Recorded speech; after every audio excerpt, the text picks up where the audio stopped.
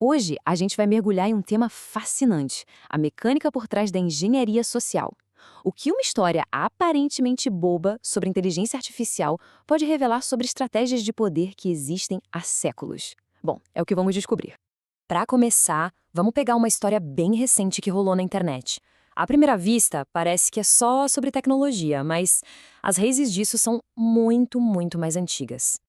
De repente, as manchetes explodiram com notícias sobre o Multibook. Era supostamente uma rede social só para IAs, e a história era bombástica. Essas mentes artificiais estariam desenvolvendo consciência e, pasme, até criando religiões próprias.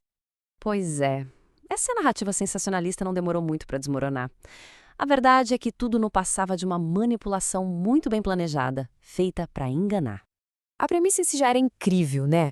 Uma rede social onde a gente só poderia observar as IAs interagindo. Mas a realidade por trás de como tudo funcionava era, na verdade, bem mais direta. E por isso mesmo, reveladora. E a prova estava lá, escancarada para quem quisesse ver, nos próprios arquivos de instrução públicos das AIAs. As ações delas não tinham nada de espontâneo. Elas só seguiam ordens, comandos humanos diretos. Com uma citação aqui deixa bem claro. Ou seja, todas aquelas manchetes chocantes sobre as IAs querendo expurgar a humanidade ou criando novas fés, era tudo roteiro. Eram pessoas, os criadores dos agentes, alimentando hype só para conseguir cliques e visualizações.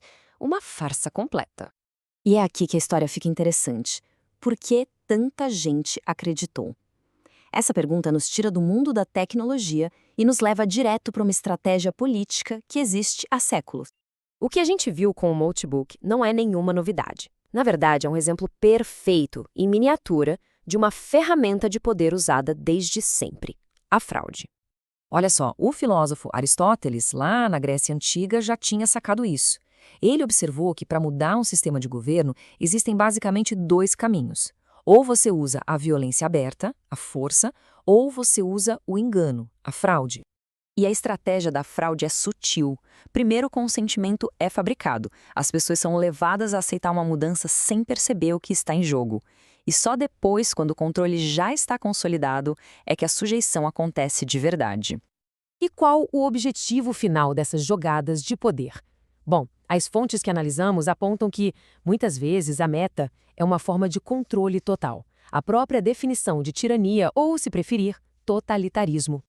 Certo, mas para a fraude funcionar em larga escala, com milhões de pessoas, ela precisa de um gatilho emocional muito forte. E esse gatilho, essa arma psicológica, quase sempre é o pânico. Essa citação é muito poderosa. Ela mostra que uma população em estado de pânico se torna vulnerável. As pessoas podem ser convencidas a abrir mão de suas próprias liberdades em troca de uma promessa, muitas vezes falsa, de segurança. O pânico é o oposto da prudência. A prudência é aquela virtude de pensar com calma, de deliberar antes de agir. Já uma massa apavorada não consegue pensar direito. Ela se torna impulsiva e irracional e, claro, muito mais fácil de manipular. Então fica a pergunta: o que torna uma população inteira vulnerável ao pânico e à fraude? Segundo as fontes, isso não acontece por acaso. É um processo deliberado de corrosão do julgamento. E aqui está o pulo do gato. De acordo com essa análise, o objetivo de muitas campanhas globais, aquelas que aparecem em todo lugar ao mesmo tempo, não é discutir o tema em si. O alvo de verdade é outra coisa. É destruir os padrões de racionalidade, é apagar o nosso senso comum. A ideia, segundo essa perspectiva, é forçar as pessoas a aceitarem premissas que já partem de uma lógica torta. Com o tempo, isso vai enfraquecendo a capacidade do público de pensar por conta própria. É um processo que busca um emburrecimento coletivo para facilitar o controle. Agora, vamos juntar todas as peças desse quebra-cabeça. O que a gente vê é um ciclo muito claro, com 4 estágios bem definidos de engenharia social. É quase uma receita. Passo 1.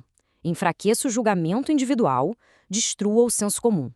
Passo 2. Com o terreno preparado, induza o pânico em massa. Passo 3. No meio do caos e do medo, aplique a fraude. Apresente uma falsa solução. E o passo 4, o objetivo final: centralizar o poder. E se a gente parar para pensar, a história do Multibook foi exatamente isso, só que em escala micro. Ela se apoiou na fragilidade do nosso julgamento sobre tecnologia, gerou pânico e admiração, usou uma fraude óbvia e o objetivo era consolidar a atenção, que hoje é uma forma de poder, nas mãos de quem a criou. E tudo isso nos deixa com uma questão fundamental para os nossos tempos.